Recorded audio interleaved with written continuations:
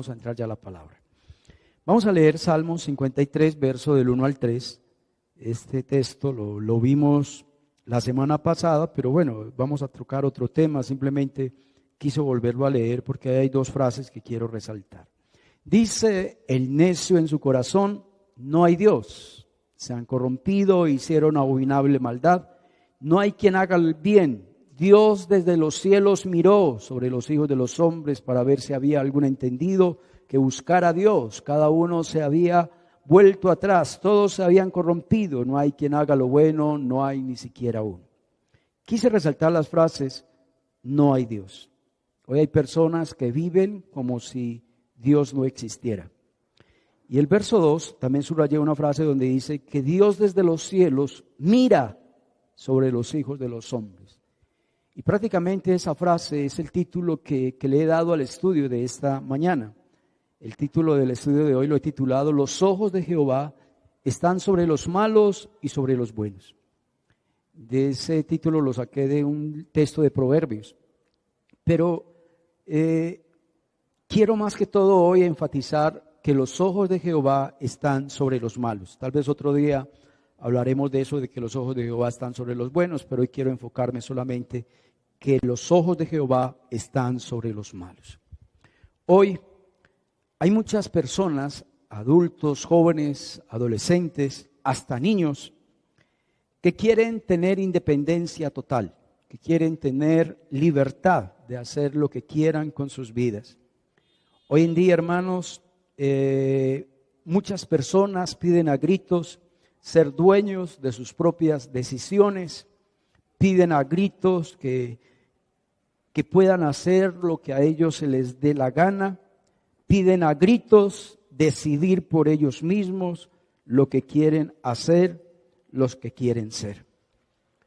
Hoy la gente quiere libertad para salir, para vestirse como quieran, para divertirse ni excederse en el pecado. Hoy escuchamos expresiones como estas: es que es mi vida, es mi cuerpo, yo hago con mi cuerpo lo que quiera, yo soy drogadicto, ¿y qué? Soy alcohólico, ¿y qué? No se metan con mi vida.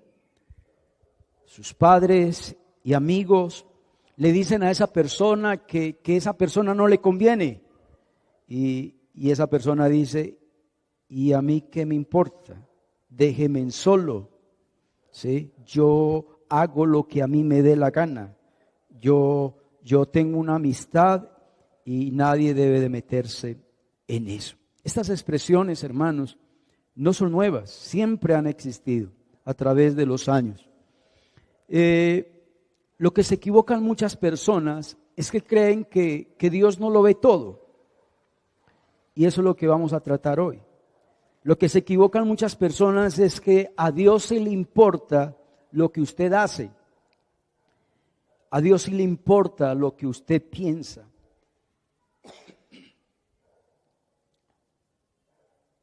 No, a Dios no le importa qué tan hábil usted es para hacer lo malo, porque hay personas que son muy hábiles para hacer lo malo, ¿no? Hay personas que son muy hábiles para engañar al ojo humano. Pero déjame decirte que usted y yo nunca podremos engañar los ojos de Dios. Dios lo oye todo, Dios lo ve todo. Y déjame decirte que Dios, como lo ve todo y lo oye todo, Él no se va a quedar quieto. Él no se va a quedar quieto. Un texto muy conocido por nosotros está en Eclesiastés capítulo 11, versículo 9. Dice: alégrate, joven, en tu juventud. Tome placer tu corazón en los días de tu adolescencia. Anda en los caminos de tu corazón y en la vista de tus ojos. Pero mira lo que dice al final: pero sabe que sobre todas estas cosas te juzgará Dios. Sí, estamos a libre albedrío, podemos hacer lo que a nosotros nos parezca, pero eso no quiere decir de que Dios se va a quedar quieto. Eso no quiere decir de que Dios no te va a juzgar por lo que hiciste, que Dios no te va a castigar por lo que hiciste. En la Biblia hay pasajes bíblicos que nos hablan de que no podemos ocultarnos nunca de los ojos de Dios. Job 34, versículo 21 dice: Porque los ojos de Jehová están sobre los caminos de los hombres y ve todos sus pasos.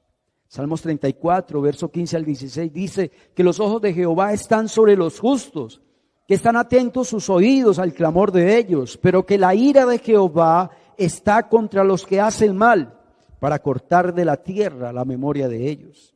Proverbios 15:3, que de ahí saqué el título del sermón, dice: los ojos de Jehová están en todo lugar, mirando a los malos y a los buenos. Que eso nos quede claro. Dios mira a los malos y a los buenos. Y dice en todo lugar, quiere decir que usted puede esconderse, puede irse a cualquier lugar, y como Dios es omnisciente y Dios es omnipresente, Él está en todas partes. ¿Sabe cuál es el problema de nosotros? Es que hay personas, hay hermanos que le tienen más miedo al pastor que a Dios. Hay personas que le tienen más miedo a su esposa que a Dios. Y hay hijos que le tienen más miedo a los padres que a Dios. Y hay personas que le temen más al chismoso de la iglesia o la chismosa del barrio que a Dios. Hay personas que creen que Dios no los mira. Hay personas que creen que ellos pueden hacer lo que les dé la gana y que Dios se va a quedar quieto. Pero están muy equivocados. Y eso es lo que estamos estudiando, lo que vamos a estudiar en esta mañana. Vámonos con el primer punto, Génesis 18:20. Ahí subrayé dos palabras, Sodoma y Gomorra. Ese es el primer punto que quiero tratar con ustedes en esta mañana. Entonces Jehová le dijo: por cuanto el clamor contra Sodoma y Gomorra se aumentaron más y más, y el pecado de ellos se ha agravado en extremo. ¿Qué está diciendo Dios ahí? Que Sodoma y Gomorra, el pecado de ellos se había agravado en extremo. Y Dios vio eso, que Sodoma y Gomorra, el pecado de ellos se había agravado en extremo, y Él no se quedó quieto. Él intervino, Él juzgó ese caso, Él castigó ese caso. Génesis 19, versículo 4 y 9, quiero que lo leamos en la versión traducción viviente, y ahí está, quiero que yo me lo coloque. Génesis 19, verso 4 al 5.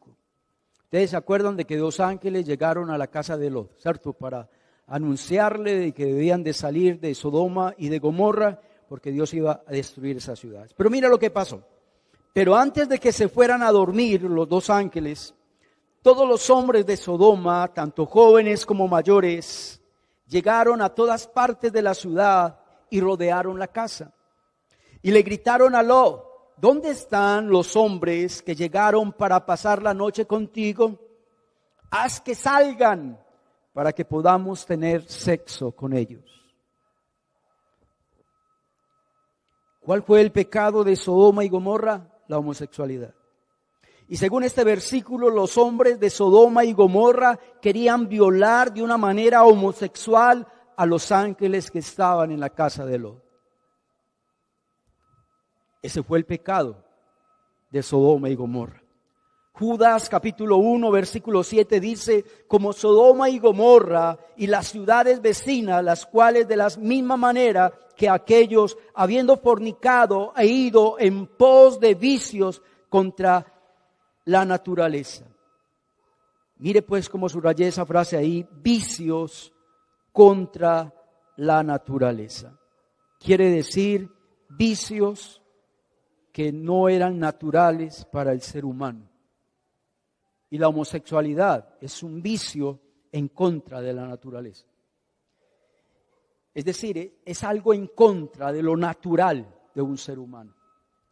Y me llamó la atención cómo el autor bíblico tiene el concepto de la homosexualidad y lo toma como un vicio. Y uno no nace con un vicio. Uno no tiene genes de un vicio, no.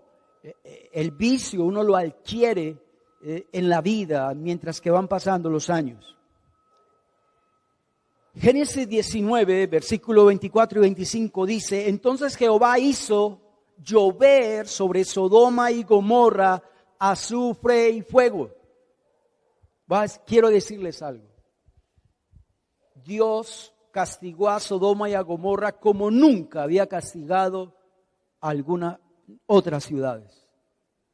En la Biblia no hay registro que Dios haya castigado a una ciudad con fuego y azufre. Imaginémonos el pecado, cómo se había agravado en gran extremo entre Sodoma y Gomorra, que Dios castigó de una manera peculiar a Sodoma y a Gomorra, cayendo del cielo azufre y fuego. Y dice el verso 25, y destruyó las ciudades y toda aquella llanura con todos los moradores de aquella ciudad y el fruto de tu tierra. Segunda de Pedro, capítulo 2, versículos 7 al 8, dice, y libró Dios al justo Lot, abrumado por la nefanda conducta de los malvados, porque este justo que moraba entre ellos afligía cada día su alma justa, viendo y oyendo los hechos inicuos de ellos. Quise subrayar de esa frase, de ese texto, al justo Lot. El apóstol Pedro, en su carta, mienta de que Lot fue justo 3 veces. Lo mienta de que él era el justo Lot. El apóstol Pedro usó este término para hablar del patriarca Lot, que era un hombre justo. Lot estaba rodeado de personas malvadas e inicuas, y aún así fue un hombre justo, dice la palabra. Los habitantes de Sodoma y de Gomorra vieron el testimonio de Lot, y el apóstol Pablo dijo en 2 de Corintios 3:12 que nosotros somos cartas leídas, que nosotros somos cartas escritas en nuestros corazones, conocidas y leídas por todos los hombres. ¿Qué significa esa frase? Que nosotros somos ejemplo donde estemos. Alguien dijo esta frase y estoy muy de acuerdo con eso. El ejemplo es la mayor forma de uno predicar la palabra de Dios. Entonces miremos acá que Dios, antes de castigar, primero nos advierte. Dios, antes de castigarnos, el Señor nos avisa. El Señor, antes de castigarnos, nos ofrece primero que nos arrepintamos de nuestros pecados, porque Él no quiere la muerte del impío, sino que el impío se arrepienta y viva. Dios quiere que cambiemos de vida. Para Sodoma y Gomorra ya era natural ser homosexual, practicar la homosexualidad. Pero déjame decirte que si para el hombre es normal ser homosexual, déjame decirte que para Dios no. Para Sodoma y Gomorra pecar era algo agradable, pero para Dios, Dios no ve como el pecado como algo agradable. Y aquí vemos las consecuencias cuando usted y yo hacemos lo malo. Dice la palabra de Dios que nadie quedó vivo. Ellos, Sodoma y Gomorra, creyeron que Dios nunca los iba a juzgar. Sodoma y Gomorra creyeron que Dios nunca los iba a castigar. Ellos nunca pensaron de que Dios los iba a tener en cuenta todo lo que ellos hicieron. Ellos pensaron que podían hacer lo que quisieran. Ellos pensaron que a Dios no le importaba cómo ellos vivían y que Dios se iba a quedar quieto. Pero Sodoma y Gomorra quedó muy equivocado, porque a Dios sí le importa cómo usted y yo vivamos. ¿Será que a Dios no le importa que yo fornique? Sí, a Dios le importa que usted y yo forniquemos. ¿Será que a Dios no le importa que yo sea homosexual? Sí, a Dios sí le importa que usted sea homosexual. ¿Será que a Dios no le importa que usted sea un adúltero, que usted sea un vicioso? ¿Será que a Dios no le importa que usted sea un alcohólico? Déjame decir que a Dios sí le importa eso. ¿O no será que estamos teniendo la misma actitud de Sodoma y de Gomorra? ¿Cuántos sermones hemos escuchado en nuestra vida cristiana, pero no queremos obedecer? Queremos seguir viviendo con nuestra manera de vivir. Queremos seguir viviendo con nuestros pecados y seguir viviendo con nuestros placeres. Y creemos que Dios no nos va a juzgar. Sodoma y Gomorra fueron destruidas. Y usted y yo tenemos que aprender de Sodoma y de Gomorra. El segundo punto está allí en Daniel capítulo 3, versículo 1. Y subrayé ahí la frase el rey Nabucodonosor. Y sí, vamos a estudiar hoy el rey Nabucodonosor. El rey Nabucodonosor hizo una estatua de oro. Oiga, pues hizo. Es muy distinto que a uno le hagan una estatua, ya a uno hacerla, ¿no? Si uno hace una estatua de uno mismo es porque hay detrás de eso hay orgullo, ¿no? Hay soberbia. Cuya altura era de 60 codos, es decir, 30 metros.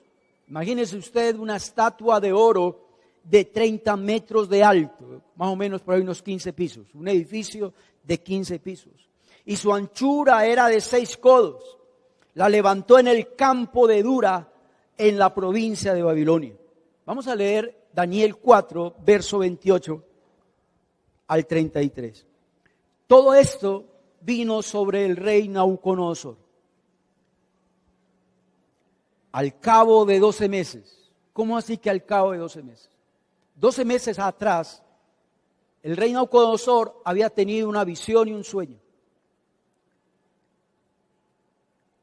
Y Daniel le interpretó la visión y el sueño. Y Daniel le advirtió a él que debía de bajarse de su orgullo, de su arrogancia, y que debía de darle la gloria a Dios. Pero él no lo hizo. Dios le dio plazo 12 meses al rey Nabucodonosor. Mire que Dios, antes de castigarnos, nos advierte. Al cabo de 12 meses, paseando en el palacio real de Babilonia, verso 30, habló el rey y dijo: ¿no es esta la gran Babilonia que yo edifiqué? ¿No es esta la gran Babilonia que yo edifiqué para casa real, con la fuerza, con la creé con mi fuerza, con mi poder, y la creé para mi gloria y para mi majestad? Imagínese eso, qué blasfemia la que estaba diciendo este hombre. Todo lo que yo tengo fue porque yo me lo gané con el sudor de mi frente. Todo lo que tengo lo hice con mi poder y mi fuerza. Y lo hice y lo conseguí para la gloria y para mi majestad. Verso 31. Aún estaba la palabra en la boca del rey cuando vino una voz del cielo y le dijo al rey Nabucodonosor: a ti se te dice, rey Nabucodonosor, el reino ha sido quitado de ti. Quiere decir, desde el mismo momento en que el ángel le dijo eso, el reinado se le quitó al rey Nabucodonosor. Y entre los hombres te arrojarán como las bestias del campo, será tu habitación. Quiere decir que Dios lo mandó a habitar con los animales, con las bestias del campo. Y dice ahí que el rey Nabucodonosor comió hierba como los bueyes. Y dice que estuvo 7 años así, perdiendo la noción de su entendimiento. Y dice, y vas a estar ahí 7 años y vas a vivir como una bestia hasta que reconozcas que el Altísimo tiene dominio sobre el reino de los hombres y que Dios es el que da como también el que quita. Verso 33. En la misma hora se cumplió la palabra sobre Nabucodonosor. Fue echado entre los hombres, comía hierba como los bueyes, su cuerpo se mojaba con el rocío del cielo, hasta su pelo creció como las plumas de las águilas. Imagínense eso. Vivió como un animal 7 años, comía hierba como los bueyes. Su pelo creció como las plumas de las águilas y sus uñas como las aves de los cielos. Daniel 5:19. ¿Quién era el rey Nabucodonosor? Y por la grandeza que le dio todos los pueblos, naciones y lenguas, mira cómo era el rey Nabucodonosor. Temblaban y temían delante de él. El rey Nabucodonosor, a quien quería matar, lo mataba, y a quien quería darle vida, le daba vida. Agradecía a quien quería y a quien quería humillaba. Nabucodonosor fue un emperador muy poderoso. Se le llamó en su tiempo el rey de reyes en todos los reinos que él conquistó. No solo conquistó reinos, también hizo grandes edificaciones. Fue el emperador que usó Dios para disciplinar al pueblo de Israel. El rey Nabucodonosor fue el que destruyó por completo a Jerusalén y quien llevó cautivo a los judíos a Babilonia y estuvieron allí 70 años. El rey Nabucodonosor tuvo visiones, sueños por parte de Dios para que él reconociera su pecado, para que se arrepintiera, para que se humillara delante de Dios, para que le diera la gloria a Dios. Pero aún así el rey Nabucodonosor se jactaba de su poder. Aún así, el rey Nabucodonosor era tirano, injusto, orgulloso, soberbio, arrogante. Nadie podía decirle nada, nadie podía cuestionarlo. Él se creía el rey del mundo.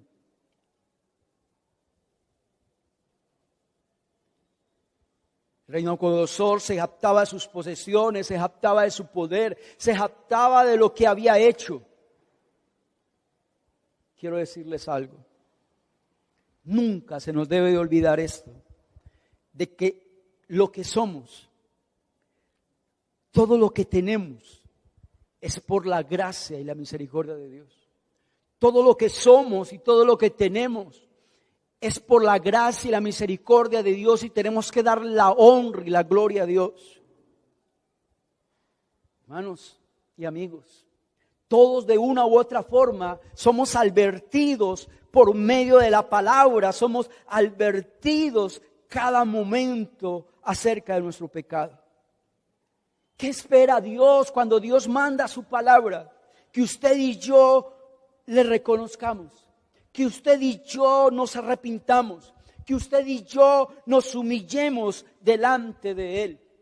Pero el rey Nabucodonosor no tomó en cuenta los mensajes y no tomó en cuenta las advertencias de Dios. El rey Nabucodonosor siguió con su soberbia. El rey Nabucodonosor no se humilló delante de Dios. Por eso el rey Nabucodonosor perdió todo en un momento lo perdió todo. Perdió su reinado, perdió su cordura, perdió su soberbia, perdió su altanería, perdió su majestad. Dice la Biblia que su comportamiento fue como el de una bestia en el campo. El rey Nabucodonosor pensó que Dios no lo miraba. El rey Nabucodonosor creyó que él podía hacer lo que quisiera y que Dios se iba a quedar quieto. El rey Nabucodonosor pensó que a Dios no le importaba cómo él vivía. Y el rey Nabucodonosor pensó que Dios no lo iba a juzgar, que Dios no lo iba a castigar. Pero qué equivocado estaba. Ya hemos visto dos ejemplos, Sodoma y Gomorra. Y el segundo ejemplo fue el rey Nabucodonosor. Ya el último está en Daniel capítulo 1, versos del 1 al 6. El rey Belsasar. Vamos a hablar hoy acerca del rey Belsasar. Dice que este rey Belsasar hizo un gran banquete e invitó a 1000 príncipes. Usted se imagina una fiesta con 1000 personas. Si 10 personas hacen una bulla impresionante, ¿cómo será 1000 personas? Y dice que bebieron vino, verso 2. Y dice que Belsasar, ya embriagado, mandó que trajesen los vasos de oro y de plata que el rey Nabucodonosor, su padre, había traído del templo de Jerusalén. Y dice que bebieron en esos vasos consagrados a Dios. Bebieron los 1000 príncipes, sus mujeres y sus concubinas. Verso 3. Entonces fueron traídos los vasos de oro que habían traído del templo de la casa de Dios que estaba en Jerusalén, y bebieron en ellos el rey, sus príncipes, sus mujeres y sus concubinas. Verso 4, bebieron vino. Pero mira qué herejía hicieron, qué blasfemia hicieron. Bebieron vino y luego alabaron a Dios, a dioses de oro y de plata, de bronce, de hierro, de madera y de piedra. Y cuando Dios vio eso, esa blasfemia que estaba haciendo el rey Belsasar, esa herejía que estaba cometiendo el rey Belsasar, dice que en aquella misma hora apareció unos dedos de una mano, los dedos de la mano de un hombre que escribía en la pared. del palacio real. Y dice que el rey, cuando vio esa mano que escribía, el verso 6 dice que el rey Belsasar palideció, quiere decir se volvió pálido. Sus pensamientos se turbaron. Dicen que se debilitaron sus lomos. Dice también que sus rodillas temblaban, se daban la una contra la otra. ¿Usted se imagina eso? Uno ver a una mano copiando algo. Daniel 5, 22 al 31. Llaman a Daniel para que interprete esta visión. Y mira lo que Daniel le dice al rey Belsasar. Y tú, su hijo Belsasar, no has humillado tu corazón sabiendo todo esto, sino que contra el Señor del cielo te has ensorbecido e hiciste traer delante de ti vasos de la casa de Dios, y tú y tus grandes, tus mujeres y tus concubinas, bebisteis vino en ellos, en vasos consagrados a Dios. Y además de esto, diste alabanzas a dioses de oro, de plata, de bronce, de hierro, de madera y de piedra, que ni ven, ni oyen, ni saben. Y al Dios en cuya mano está tu vida, y cuyos son todos tus caminos, nunca honraste. Qué bueno, hermanos, que usted y yo entendamos eso, que Dios, que si vivimos es por Dios, y que Dios ve todos nuestros caminos, y que Dios merece que usted y yo le honremos. Verso 24. Entonces de su presencia fue enviada la mano que trazó esta escritura. La escritura que trazó es Mene, Mene, Tekel, Uparsin. Esta es la interpretación del asunto. Mene significa Dios contó tu reino y le ha puesto fin. Tekel, esa palabra significa pesado has sido en balanza y fuiste hallado falso. Y Pérez, tu reino ha sido roto y se le ha dado a los medas y a los persas. Verso 29. Entonces mandó Belsasar vestir a Daniel de púrpura y poner en su cuello un collar de oro y proclamar que él era el tercer señor del reino. Verso 30. La misma noche el rey Belsasar fue muerto por los caldeos. Y Darío de Media tomó el reino siendo de 62 años. Belsasar fue el nieto del gran rey Nabucodonosor de Babilonia. El rey Belsasar ofreció una fiesta para 1000 príncipes. Era una fiesta enorme, había música, había licor. ¿Cuántos hoy en día también viven su vida así, de esa manera? Y dice que en su borrachera, porque uno cuando está borracho hace cosas que en sano juicio nunca se les ocurre hacerlas. Y dice que en su borrachera mandó a llamar o mandó a que le trajeran los vasos de oro y de plata que eran consagrados para el servicio de la casa de Dios. Y el rey Belsasar pensó que podía hacer lo que quisiera con las cosas consagradas a Dios y que a Dios no le importaría.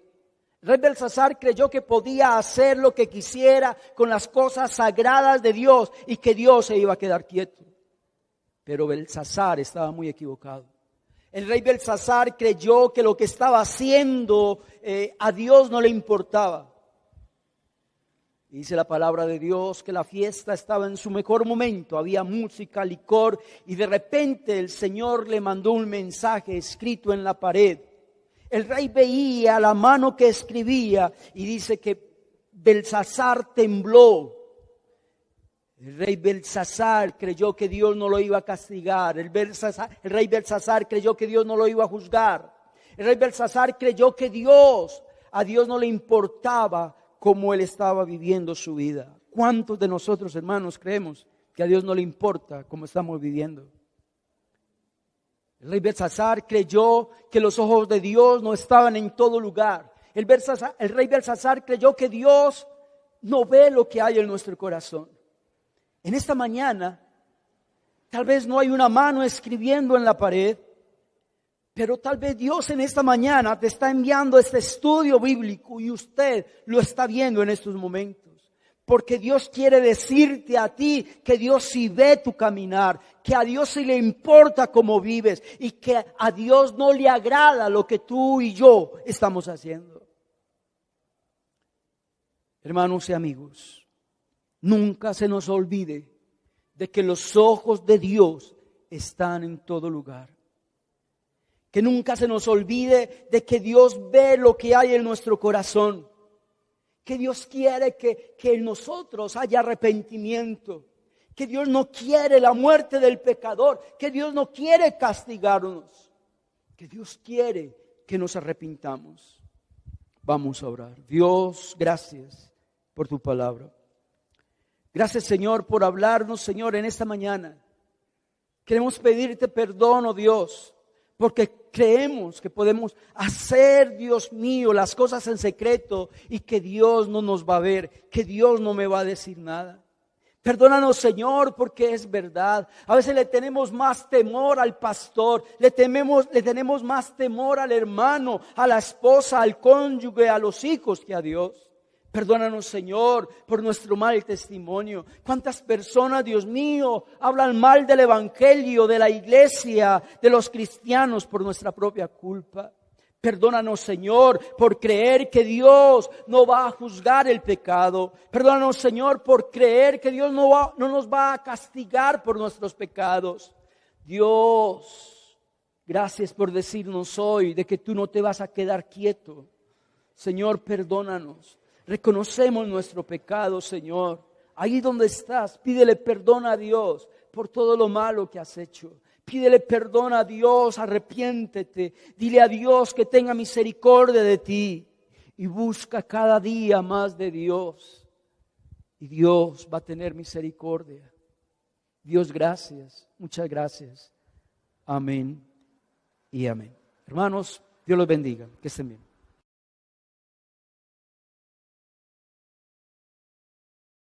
Paciente, y me levanto cuando bajé mi frente, y a pesar de conocerme tal cual soy, se quedó y sigue aquí, porque dijo que estaría conmigo hasta el final, porque prometió la obra terminar. Él sigue aquí.